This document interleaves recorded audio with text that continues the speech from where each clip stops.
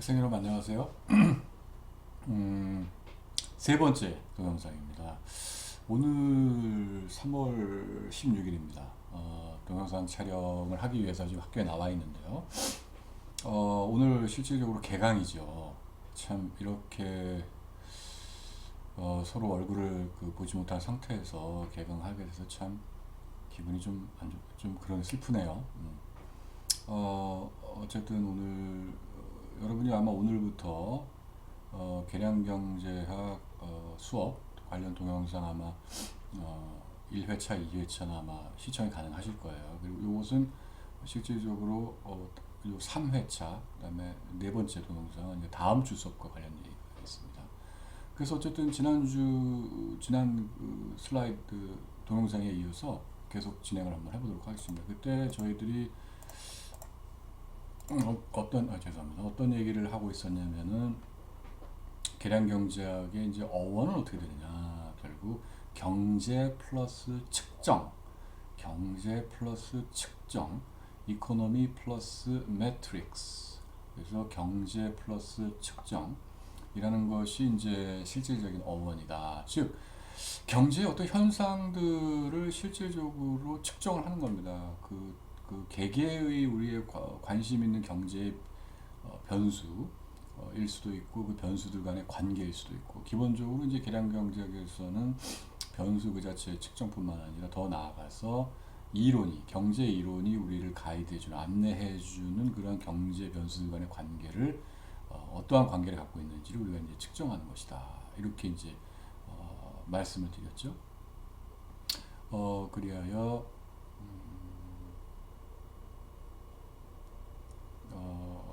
그런 게 말씀을 드렸고,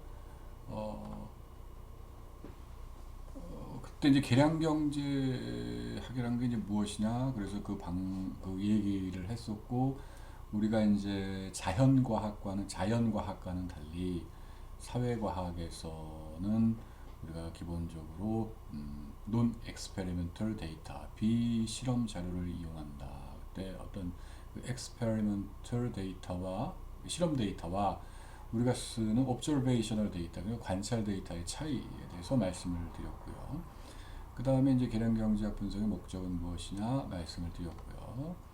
그래서 이제 계량경제학 분석의 단계들이 있는데, 실질적으로 우리가 사실은 1번, 2번입니다. 그러니까 경제학적 모형을 구성하고, 이것은 무슨 얘기냐면은 우리가 실질적으로 데이터를 가지고 한번 알아보고자 하는 그런 경제 변수들 간의 관계를 정식화한 것이죠. 그것은 수학적인 모형이 될 수도 있고, 스테이트먼트, 말로 그 이론적인 논리가 구성되어 있는 것일 수도 있고, 여러 가지 형태를 취할 수 있지만, 기본적으로 어쨌든지 간에 경제적인 이론이 우리에게 필요하다.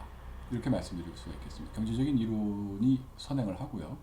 그 경제적인 이론에 따라서 계량경제학적 분석에 들어가는 각종 변수들이 설정이 되고, 그 변수들 간의 관계가 어떤지에 대한 설정까지도 이론이 이제 우리를 안내해 주게 되는 것이죠.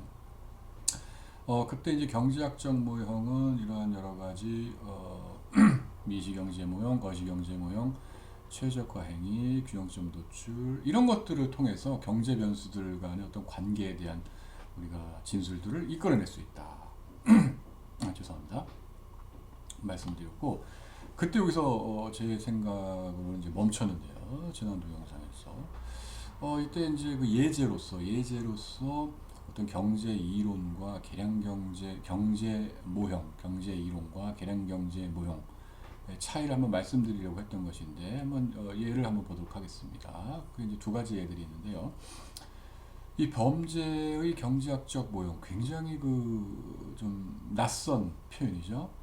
그때 이제 게리 베커에 대해서 제가 이제 말씀을 드렸었고, 게리 베커가 노벨 경제학 수상을 이제 어떤 공헌으로 했었는 것까지 말씀을 드렸고, 그러한 공헌 중에 하나가 이런 기존에는 기본적으로 행정학이나 사회학의 기본 주제였던 범죄를 우리가 이제 경제학적 모형으로, 경제학적 분석의 틀로 이제 집어넣게 된 것이죠. 게리 베커가. 즉 범죄자도 자기의 제약 조건 하에서, 여러분 미시경제학 잘 생각을 해보세요.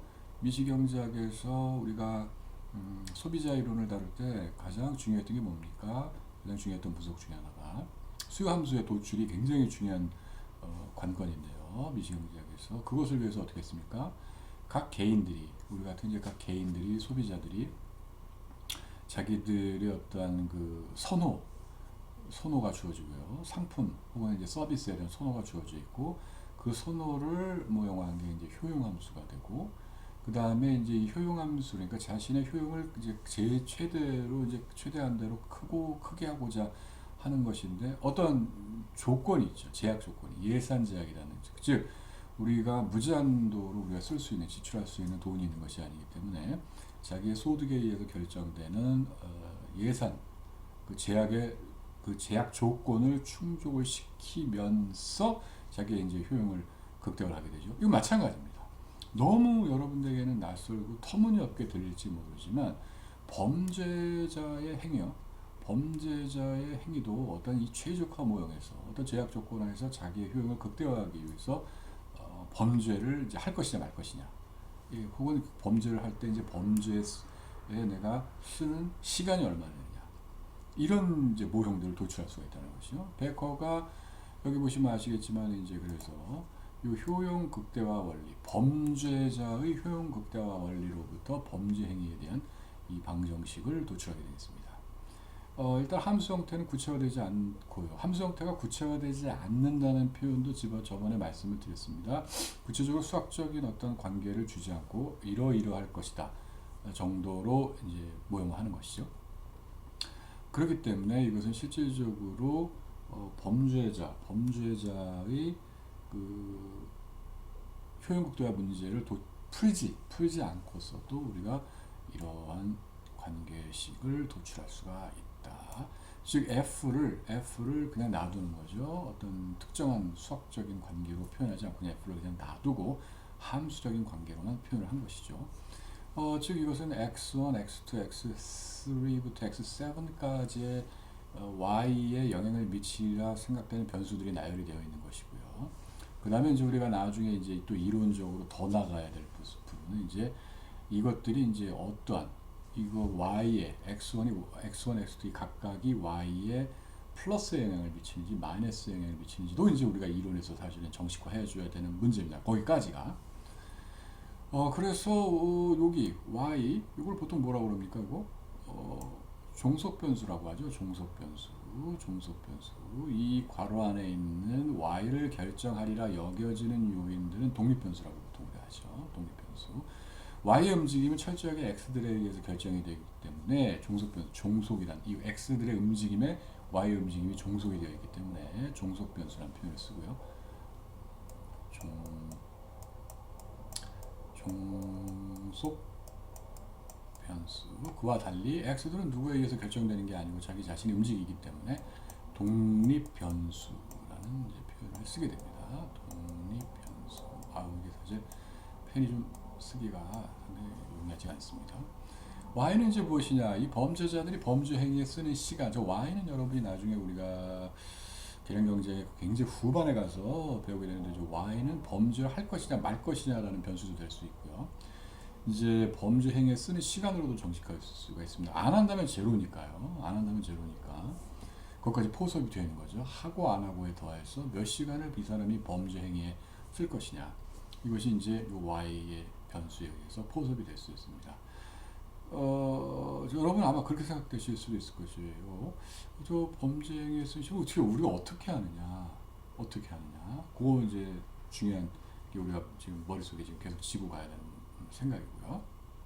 일단은 지금은 넘어가겠습니다. 우리가 여러분 계속 말씀을 드리죠. 개념경제학부 경제 플러스 측정 가능성이 굉장히 중요합니다. 우리가 개념경제학에서는 이러한 변수들이 과연 측정 가능한 것이가 굉장히 중요하죠. 한번 또 예를 들어보면 x1 뭐라고 되어 있습니까? 범죄 행위로 인한 임금, 범죄 행위의 임금, 이게 측정 가능할까요? 측정 가능하지 않다, 이런 얘기입니다. 합법적 직장에서 얻는 임금, 이거 측정 가능하죠. 이 사람이 어디에 취직을 한다고 했을 때 그 어디라는 것이 구체적으로 지적을 우리가 이제 선정을 하게 되면 거기에서 지급하고 있는 임금 수준을 우리가 얼마든지 알 수 있기 때문에 현실적으로. 그 다음에 이제 기타 소득 알 수 있죠. 이 범죄자들의 기타 소득 알 수 있습니다. 검거될 확률도 알 수 있어요. 우리가 검거될 확률. 검거 시 기소될 확률도 알 수 있습니다. 우리가 이거. 왜냐하면 기존의 데이터가 있기 때문에, 그죠? 이거는 이미 측정이 되어 있는 기존 데이터들이 있기 때문에 가능하고, 예상 형량도 아마 가능할 수 있고요. 나이는 뭐 당연히 우리가 알 수 있고요. 범죄자를 우리가 체포했을 때라고 한번 생각을 해보시는 거예요, 지금. 자, 이렇게 해서 중요한 것은 관계를 어떠한 특정 우리가 관심 있는 하나의 특정 변수와 그것을 결정하리라 여겨지는 여러 가지 변수의 관계식을 도출할 수가 있겠다. 관계식. 근데 중요한 것은 지금 이론적으로는 어떠한 변수든지 나라는 것이 가능하나 여기에 이제 측정 가능성의 문제가 이제 들어간다는 것을 여러분께 강조를 해드리고 싶고요. 이런 게이베커의 예는 약간 좀 여러분에게 굉장히 낯설고, 그죠? 익숙하지 않은 그러한 주제임에 반해서 이거는 이제 노동경제학에서 굉장히 여러분이 이제 3학년 과목 이제 조영욱 교수님의 노동경제학이라는 과목이 있습니다만 거기서 이제 많이 이제 지금 다루는 모양이죠. 직업훈련과 노동자의 생산성, 직업훈련과 트레이닝, 직업훈련과 노동자의 생산성. 즉 한마디로 얘기하면은 이제 우리가 이제 트레이닝 여러분이 이제 그 회사에 이제 취직을 하시게 되면 그 두 가지의 트레이닝이 있습니다. on the job 트레이닝과 off the job 트레이닝이 있습니다. on the job 트레이닝은 기본적으로 여러분이 회사에서 자신의 업무를 수행하는 과정 중에 계속적으로 틈틈이 교육을 받게끔 하는 시스템이고요. 오프 더 잡 트레이닝은 완전히 여러분이 지금 하고 있는 업무를 중지하고 빠져서 완전히 이제 교육만 받도록 하는 게 되겠습니다. 회사 입장에서 보면 이제 온더 잡 트레이닝이 오프 더 잡 트레이닝보다는 싸지요. 비용 면에서는. 왜냐하면 이제 업무를 계속 하고 있는 와중에 계속적으로 교육을 받고 있기 때문에. 그죠? 어쨌든 이제 트레이닝을 하는 기본적인 요인은 뭡니까? 트레이닝을 하는 기본적인 우리가 이제 교육을 우리가 이제 직장에서 일을 하고 있는 사람들에게 교육을 끊임없이 계속적으로 그럼에도 불구하고 시키는 이유는 무엇이냐? 생산성의 증가를 기대하고 있기 때문에 회사 입장에서는 추가적인 비용을 들여서 이제 교육 훈련을 시키게 되는 것이죠. 회사 입장에서는. 이랬을 때 이러한 이 추가적인 생산성은 또 어떻게 결정이 됩니까? 노동자들의 임금으로 연결이 된다 입니다. 그러니까 우리가 미시경제학에서 노동자들의 임금이 어떻게 결정되는지를 봤죠. 한 축이 노동 생산성입니다. 노동 생산성이 향상이 되면 노동자 임금은 증가하게 되리라는 것이 이론적으로 우리가 이제 알고 있는 내용들이죠. 그렇기 때문에 이제 결국은 이 트레이닝을 통해서 노동자 임금이 증가할까? 이게 이제 알고 싶은 겁니다. 일단은 이제 추가적인 직업 훈련이 노동자의 생산성에 이제 미친 영향을 분석하는데 정형화됐다는 표현은 여러분 아주 엄밀한 수학적인 관계식으로 도출해냈다는 의미입니다. 정형화된 경제 이론을 바탕으로 하지 않더라도 다음의 방정식을 수립할 수 있다. 다른 요소들도 물론 있겠지만 이하 요소들이 이 시간당 임금을 결정하는 데 있어서 이하 요소들이 가장 중요하다. 자, 웨이지, 시간당 임금. 여러분 이제 노동경제학에서 앞으로 웨이지, 그러니까 미시경제학도 마찬가지고요. 웨이지라고 했을 때 웨이지는 항상 요 시간당 임금입니다. 여러분 이거 잘 알아두세요. 나중에 미시경제학도 그렇고 노동경제학에서 가서도 그렇고 웨이지라는 거는 시간당 임금입니다. 왜냐하면 이것이 그냥 월급, 우리가 통상적으로 잘 알고 있는 월급이라는 걸 쓰면은요, 여러 가지 각종 노동 조건에 대한 것들이 다 사상이 되어버립니다. 그러니까 예를 들면 어떤 사람은 정규직에서 일을 하고 어떤 사람은 비정규직에서 일을 하고 어떤 사람은 예를 들면은 야근이 굉장히 많은 회사에서 일을 하고 그렇지 않은 회사에서 일을 하고 굉장히 노동 조건들이 다르거든요. 그러한 모든 노동 조건들이 함축이 되어 있는 월급이라는 걸 가지고 비교하게 되면은 굉장히 많은 부분들에서 우리가 실수를 저지를 수가 있습니다. 그래서 우리가 지금 이 임금이라고 했을 때 이용하는 것은 시간당 임금이고요. 여기도 이제 특정한 어떤 함수가 이렇게 있지만은 이걸 수학적으로 엄밀하게 지금 specify라고 하죠. 이거를 특정화시키지는 이제 않은 거고요. 일반적인 추상적인 형태로서 이 세 변수가 그죠? 이렇게 영향을 한번 미치리라고 이제 생각을 하는 거죠. 이렇게. 즉, 한 어떤 개별 근로자의 시간당 임금을 결정하는 데는 그 사람이 이제 얼마만큼의 교육을 받았는가, education이 있고, 이 사람이 그러니까 보통 이제 노동시장 참가 기간이라고 하죠. experience 경험인데 이 사람이 실질적으로 노동시장에서 얼마만큼의 경험이 있느냐. 예를 들면은 이직이나 이런 거 뭐 전부 고려하지 않고 어쨌든지 간에 뭐 학교를 교육을 마치고 딱 노동시장에 들어와서 도대체 이 직장에서 몇 년, 혹은 이 직장에서 그냥 쭉 지금까지 올 수도 있고, 이 직장에서 몇 년, 저 직장에서 몇 년, 도대체 통상 몇 년 동안 이 노동 시장에서 참가하여 노동을 해오고 있느냐. 이것을 측정하는 것이죠. experience. 그 다음에 이제 우리가 관심 있는 트레이닝이 있습니다. 트레이닝, 그죠. 직업 훈련, 예를 들면 이제, 이 사람이 그 취직을 해가지고 들어와서 좋아. 뭐 예를 들면은, 회사에서 예를 들면은 한 달, 두 달짜리 프로그램에 이제, 그죠? 보내줘가지고, 예를 들면은 데이터 분석. 그런데 이 사람을 교육을 시켰다.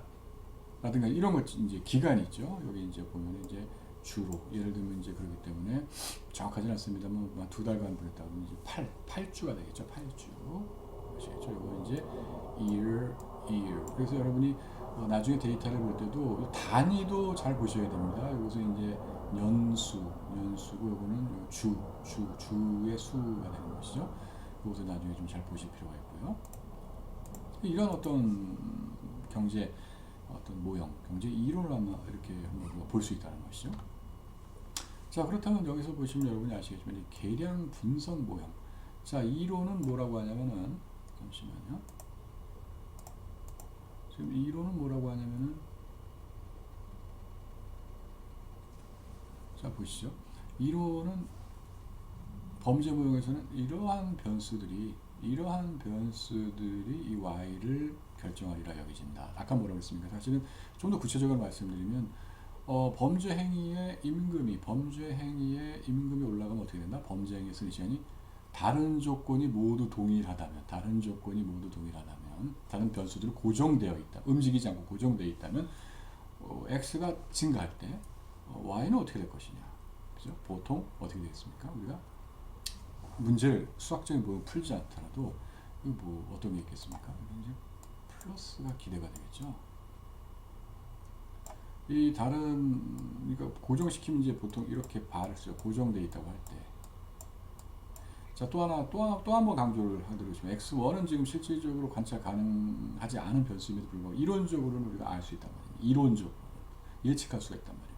즉 x1이 증가하면 다른 모든 변수들이 고정되어 있다는, 이거 나중에 다시 한번 강조를 해드리겠습니다. 다른 변수들이 고정되어 있다는 것이 왜 중요한가? 이것은 그냥 x2는 예를 들면 5만원이 5만원 딱 고정되어 있고 6만원 오르지 않는 상태죠. 5만원, 기타 소득이 뭐 100만원, 뭐 이런 식으로 고정되어 있고, 그랬을 때 이 범죄 행위의 임금이 만약에 5만원에서 7만원으로 올라가면은 범죄 행위의 승리 시간이 올라갈 거예요. 플러스의 영향을 미칠 거란 말이죠. 합법적 직장에서 얻는, 이건 지금 대체 관계겠죠. 대체 관계. 그렇기 때문에 어떻게 되겠습니까? 이게 지금 마이너스가 되겠죠. 예를 들자, 우리가 이론적으로 예측할 수 있다는 것이에요. 이론적으로. 실제로 그러한지가 바로 개념경제학에서 분석을 하게 되는 것이고, 우리가 이론적으로 그렇게 볼 수 있다는. 여러분이 여기 이제 지금 다 부호를 한번 볼 수가 있겠죠. 여러분이 한번 예측을 해봐서 여러분이 이제 쓰실 수가 있겠습니다. 여러분이 연습을 한번 해보시고, 궁금하신 분은 저한테 오거나 수업 시간에 이 부호는 어떻게 되겠습니까? 라고 뭐 물어보셔도 되겠습니다. 이론적으로 이 부호까지 확정할 수가 있다는 얘기고요. 자, 그래서 이제 우리가 잠시만요. 죄송합니다. 이 계량제 분석 모형이 필요한 거죠. 자, 이론에서는 우리에게 이제 이렇게 얘기해 주는데, 이론에서는, 자, 이건 이제 이론 경제학자들이 그분들이 하시는 영역은 거기까지고요. 우리는 이론 경제학자들이 규명하는 내용에 기반을 해서 실제로 그런 걸 이제 보는 사람들이거든요. 계량 경제학을 하는 사람, 계량 경제학적 기법을 써서 분석을 하는 사람들은. 자, 일단 여기 보시면 함수 형태와 설정, 아까 specify라는 이제 말씀드렸고요. 여기 이제 명사가 specification, 그래서 이 계량 경제학에서는 중요한 그 내용 중에 하나가 모델 스페시피케이션, 모형을 설정하는 겁니다. 모델 스페시피케이션.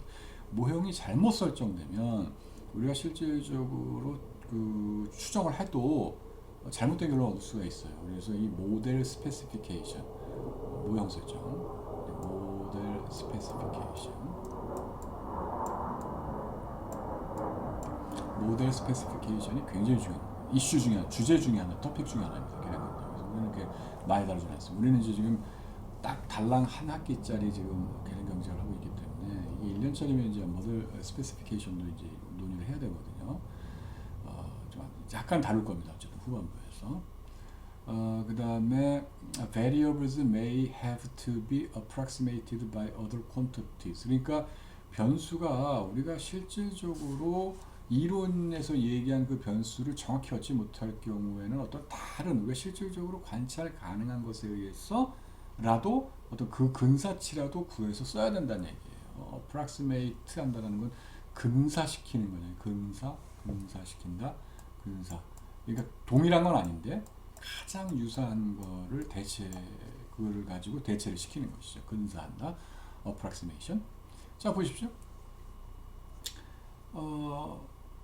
우리가 앞에 보면 이 지금 y는 뭐라고 되어 있습니까? 범죄 행위에 쓴 시간, 범죄 행위에 쓴 시간인데 알 수가 없어요.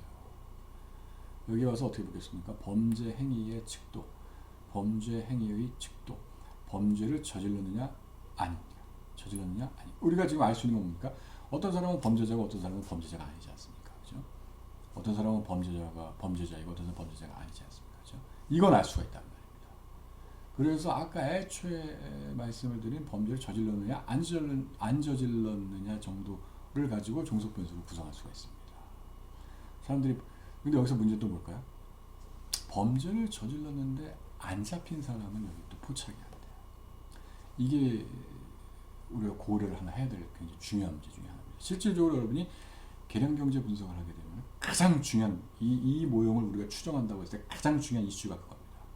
범죄를 실질적으로 저질렀는데 붙잡히지 않은 사람도 우리가 알 수가 없습니다. 그거를 어떻게 우리가 이 분석에 고려를 할 것이냐가 가장 중요한 이슈인데 현재는 우리가 범죄를 저지른 사람과 범죄를 저지르지 않은 사람들을 다만 가지고 분석을 한다고 우리가 그리고 실제로 그거밖에 할 수가 없기 때문에 일단 그렇게 해서 분석을 한다고 범죄를 일단 어떻게 얘기할 거예요? 극단적으로 범죄를 저지른 사람은 다 잡혔다고 보고 우리 한번 얘기를 진행해 보도록 하겠습니다.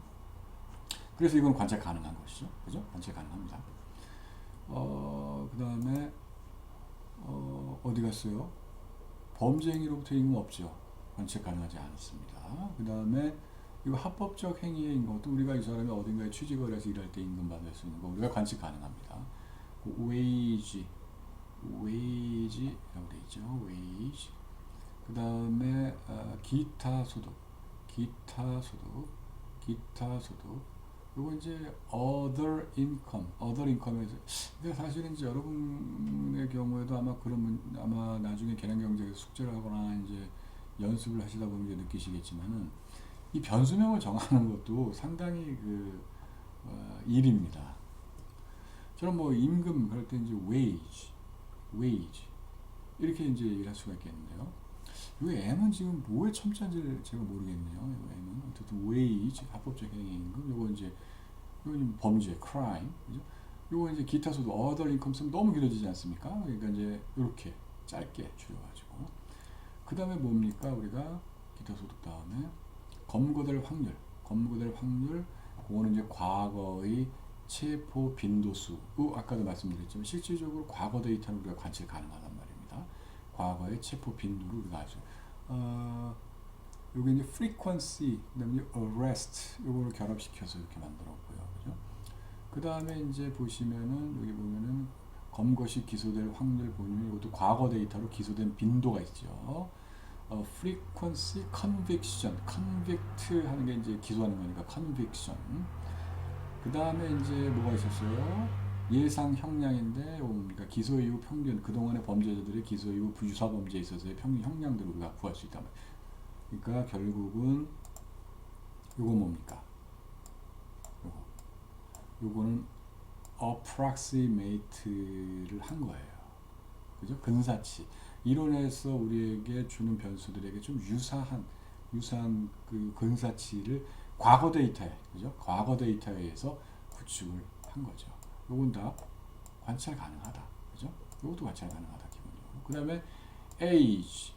지금 여기 보면 지금 범죄를 저지르는 사람과 저지르지 않은 사람이 쭉 있는데 그 사람들 에이지는 다 알 수 있단 말입니다. 그죠? 그 다음에 가장 중요한 게 요겁니다. 이 U가 여러분 지금 이게 U가 그냥 없애버릴게요. U가 만약에 없다고 쳐봐요. U가 뭡니까? 이거는 수학적인 모형이에요. 수학적인 모형의 특징은 뭐다? 결정론적 모형이다. 즉 여기에다가 다 어디요? 요 변수들의 숫자를 집어넣게 되면 크라임의 숫자가 딱 나오죠. 결정론적 모형, 수학적 모형. 하지만 계량경제학적 모형 그렇지 않습니다. 계량경제학적 모형의 가장 큰 특징을 잡아내는 게 요 U예요. 이 U에 대한 연구를 우리가 참 많이 할 겁니다. 이 U에 대해서.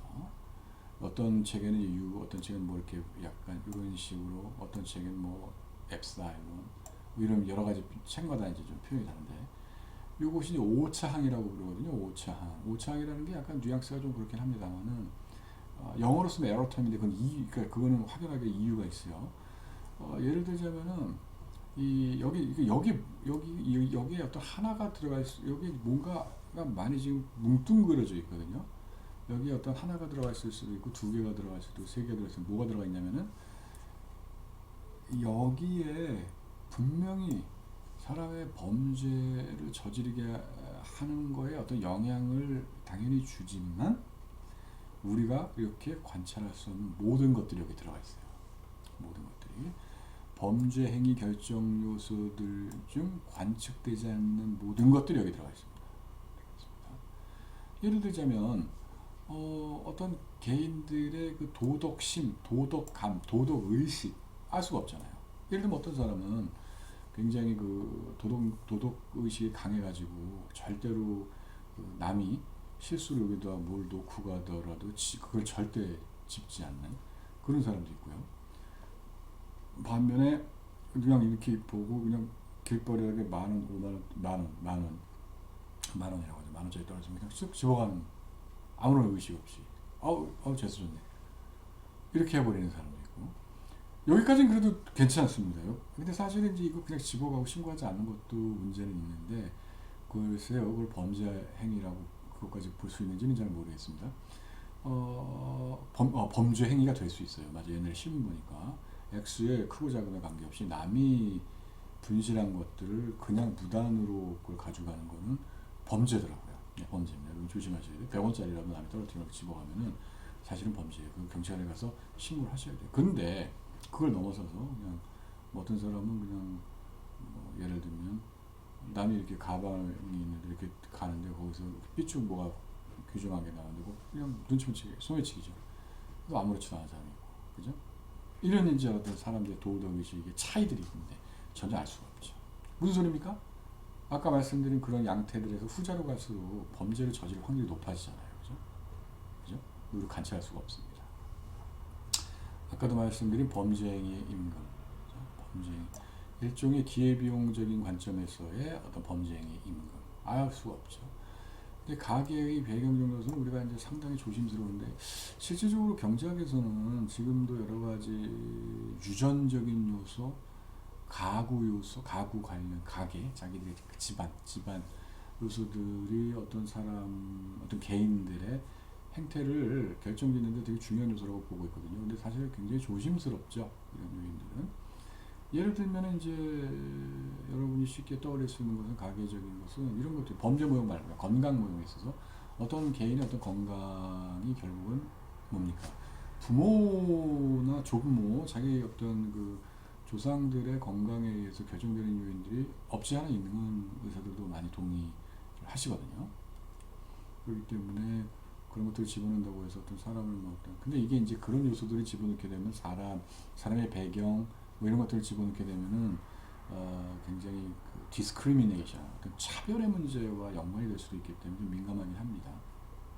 그러나 상당히 많은 계량 경제학적 분석에서는 그런 변수들이 획득 가능하다면은 쓰고 있는 것이 이제 현실입니다. 이게 결정적으로 이제 그 계량 분석 모형인데 특징 두 가지 일단 먼저 지적을 할게요. 아까 그 앞에 모형과 달리 어떻다? 지금 이제 계량 경제학적 모형은 저렇게 추상적인 함수 형태로 둘 수가 없습니다. 추정할 수가 없어요. 자, 여기는 지금 선형 모형으로 설정을 했어요. 선형 모형. 자, 선형 모형.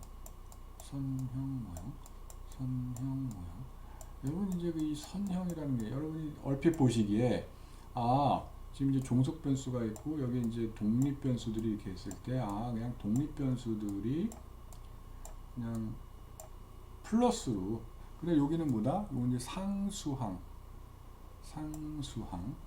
사실은 이제 그러니까 모든 독립 변수들이 제로일 때 이 크라임의 값이 얼마이냐를 측정하는 게 여러분 요거 이름 뭐예요? 비타예요. 알파, 비타, 그죠? 비타 0, 비타 1, 비타 2 이렇게 실질적으로 어떻다? 그 계량 분석이라는 것은 결국 우리가 이제 크라임에 대한 자료, 웨이지에 대한 자료, 기타 소득에 대한 자료, 과거의 체포 빈도의 자료, 기소된 빈도의 자료, 기소 이후 평균 형량의 자료, 에이지의 자료를 가지고 비타 0부터 비타 6까지를 알아내는 작업이 일단은 계량 경제학적 분석의 가장 큰 토픽이 되겠습니다. 아시죠? 자, 비타 0 상수항. 그 다음에 그렇기 때문에 여러분이 이것들이 이제 플러스로 연결이 되어 있으니까 선형 모형이 아니겠느냐, 선형 모형으로 설정된 게 아니겠느냐라고 생각할 수도 있는데 그렇지는 않습니다. 우리가 말하는 선형이라는 건 다른 의미가 있고 그것은 본격적으로 수업에 들어가서 이제 말씀을 드릴게요. 어쨌든지 간에 모형이 specify가 되어 있다, 설정이 되어 있다, 이렇게 설명하고 아셨죠? 그것이 이제 첫 번째 얘기. 두 번째는 뭐다? 아까 방금 이미 말씀드렸어요. 우리가 독립 변수와 종속 변수가 주어져 있을 때 바로 저 앞에 있는 개수라고 부르거든요. 개수. 저 비타들 개수를 우리가 결국 추정하는 작업을 한다, 이렇게 말씀을 드릴 수가 있고, 굳이 또 하나 말씀드리자면 이 제일 중요하지만 사실 이 U가 관건이다. 자, 여러분 보세요.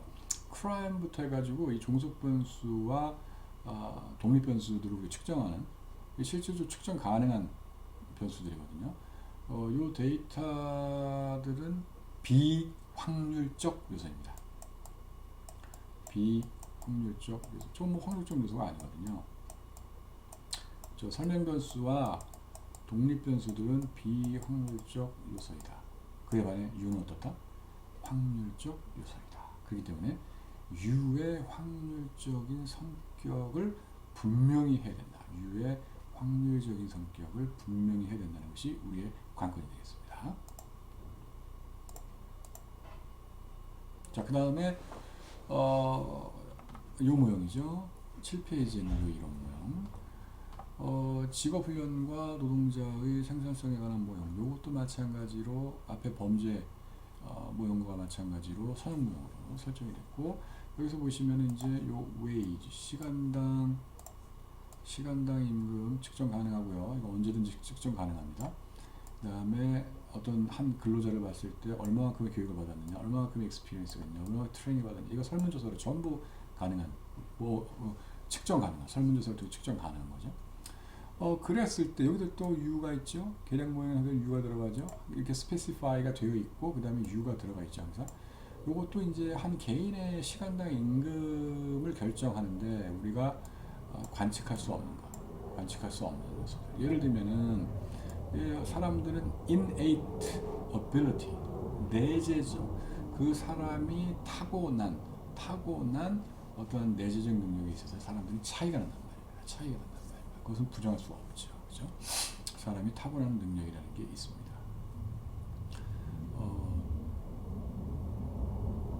그건 우리가 이제 그것을 디스크리미네이션과 연결시키려는 사람들도 있지만 저는 거기에는 좀 동의할 수가 없고요. 어쨌든 타고난 능력, 이걸 어떻게 우리가 압니까? 개개인의 타고난 능력은 우리라는 것은 항상 연구자 입장이에요.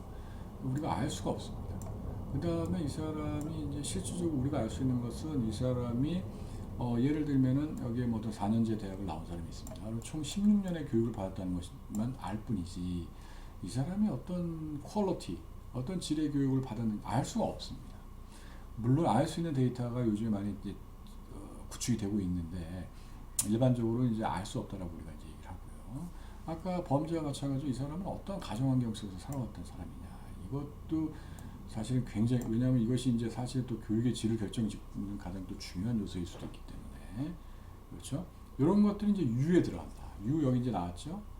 여러분 가장 중요합니다. 이게 오차함. 이거보다 확률적이다. 그러니까 오차함, 에러텀에 대한 모형 설정이 계량 경제학의 중요한 부분이다. 말씀드렸죠. 중요한 부분이다. 그래서 무엇이다 우리는? 자, 여기까지 지금까지 얘기 나온 걸 가지고 여러분에게 말씀드리자면은 자, 중요한 건 무엇이다? 자, 우리에게는 경제 이론, 경제 모형이 있다.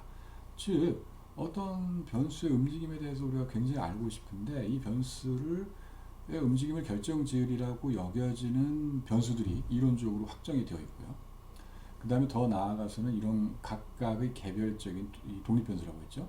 이 각각의 개별적인 독립변수가 우리가 관심 있는 종속변수의 움직임에 어떤 플러스의 영향을 미칠지 마이너스의 영향을 미칠지까지도 이론적인 모형에서 우리가 규명을 해주는 부분이고요. 그것에 기반해서 계량경제학은 어떻다? 일단 뭐다? 모형을 설정을 해야 돼. specify. 우리는 이번 학기 내내 이러한 선형 모형, 아직 선형 모형에 대해서 구체적인 정의를 내리진 않았습니다만 이러한 선형 모형에 대해서 우리가 추정을 하게 되는데요. 무엇이냐면 결국은 이 종속 변수와 이론이 우리에게 제시해준 종속 변수와 독립 변수들의 측정치 데이터를 가지고 무엇이다? 이 관계를 나타내는 게 뭐다? 바로 비타들을 추정하는데 어떻게 추정하느냐면은 이런 확률적인 모형을 U에 대한 어떤 가정을 통해 가지고 추정을 하게 된다. 이런 말씀을 드리고 싶은 거죠. 그 다음에 두 번째 가장 큰 축, 계량 분석 모형은 가설 검증에 이용되기도 한다고 되어 있지만 가설 검증에 이용함. 아이고, 다시요. 가설 검증에 이용함. 가설 검증은 반드시 합니다. 반드시. 자, 그렇기 때문에 요 부분, 그러니까 지금 실질적으로 이 부분, 즉 이 베타 0, 베타 1, 베타 2, 베타 3를 우리가 이제 구하거든요. 구한다는 의미는 무슨 소리냐면 우리가 그 경제통계 분석 이 측면에서의 개념에서의 뭐 점추정 뭡니까? 이 구체적인 숫자를 구합니다. 우리가 실제로 뭐 0.5, 뭐 2.7 이렇게 숫자를 구하는 거예요. 그러니까 여러분이 시험에서 구하는 경우가 있어요. 구해야 되는 경우도 있고 어떻게 구하는지 이제 우리가 배우게 되는 거예요. 주어진 데이터에서 실질적으로 경제통계분석 2에서 해보시는 분이 있습니다. 그때 OLS 통상 최소자산 추정법을 제가 가르치는 경통분 2에서는 하거든요. 기억나시는 분 아마 이거 들으면서 아 맞다 라고 기억하시는 분이 있고 사실은 우리가 그 부분을 굉장히 세밀하게 배우는 이번 학기에는 그런 격이 되는 것이죠. 이제 그때 아마 그 과목을 들으신 분들이 생각나실 거예요. 아 맞다 그때 그거 구하고 맞다 가설 검증했다 기억나실 거예요. 그때 여러분 근데 잘 생각을 해보시면 그때는 독립 변수가 딱 하나 있는 경우만 다뤘어요. 딱 하나 있는 경우, 그죠? 이게 독립 변수가 하나부터 이제 두 개부터 이제 두 개, 세 개로 늘어나게 되면은 이제 더 복잡해지는 거예요. 그래서 어쨌든지 제가 말씀드리고자 하는 것은 여기서 가설 검증을 한다. 즉 그때 이제 배우신 분들 그래서 맞아 이 말씀을 드리고 싶었어요. 경제통계분석 1, 뭐 안명철 교수님 수업이든 제 수업이든 경제통계분석 1만 들은 학생 같은 경우 2를 듣지 않은 학생들 서두에도 말씀드렸지만 가설검정에 대한 통계학책을 가지고 약간은 좀 공부하셔야 됩니다. 왜냐하면 이 수업에서도 가설검정에 대해서 약간의 그 리마인드를 시켜주는 시간이 한 30분 있는데 아마 아예 안 배우신 분들은 조금 더 어려울 수도 있어요. 배우신 분들도 다 까먹기 때문에 기본적으로 다시 한번 그때 들춰보셔야 되는데 어쨌든 가설검정 좀 무슨 가설검정 뭐였습니까? 제가 이거 숫자를 구했는데 이 대기에 대해서 야 이게 통계학적으로 진짜 유의한 것이니 유의하는 표현을 그때 다시 한번 얘기해요. 이게 통계학적으로 의미가 있는 것이니 이게 자 여기 2.7 나왔는데 이건 어떤 그냥 단순히 표본 작업에 의해서 그죠? 표본 점수 이거 0인데 2.7로 나온 거 아니냐라는 거에 대해서 우리가 실질적으로 가설검정을 하게 되죠. 가설검정을. 그래서 베타 3는 직업훈, 요게 이제 아까 직업훈련과 생산성이었잖아요. 그 측면에서 보면은 요 베타 3가 이제 우리에게 이제 관심사거든요. 이것이 이제 직업훈련의 임금에 대한 효과를 나타내기 때문에 야, 이거는 이제 얼마나 크냐를 우리가 구하는 거고요. 그 다음에 0과 다른가, 이것이 이제 가설검정이 되겠습니다. 가설검정이. 그래서 그렇게 보통 진행을 하게 됩니다. 자, 이런 것들이 이제 우리가 이제 말하게 되는 그 계량 경제학적 분석, 아시죠? 계량 경제학적 분석에서 우리가 이제 보통 뭘 하게 되느냐를 이제 말씀드리는 거고요. 자, 그 다음에 이제 더 진행을 하기 전에 실질적으로 여러분은 이 수업 시간에서는 첫 시간에 말씀드린 그래틀이라는 그 무료 통계 패키지를 통해서 실질적으로 데이터를 여러분이 실질적으로 이용을 해서 추정을 하거든요. 계량 경제학적 분석을 하거든요. 근데 이제 중요한 것이 이제 그 데이터 자료의 성격입니다. 성격입니다. 성격. 그래서 이 데이터의 성격에 대한 우리가 다루고 있는 데이터는 보통 어떤 데이터가 있느냐를 여러분이 잘 이해를 하셔야 되는 게 굉장히 중요하게 되겠습니다. 그래서 여기 보면 이제 경제 자료의 속성 이렇게 되어 있죠. 계량 경제 분석을 위해서는 자료가 반드시 필요하다. 데이터.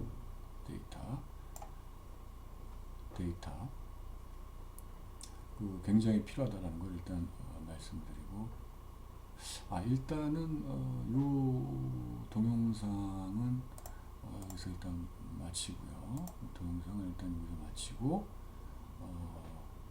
이어서 요 데이터부터 해가지고 다음 동영상에서 진행을 하도록 하겠습니다.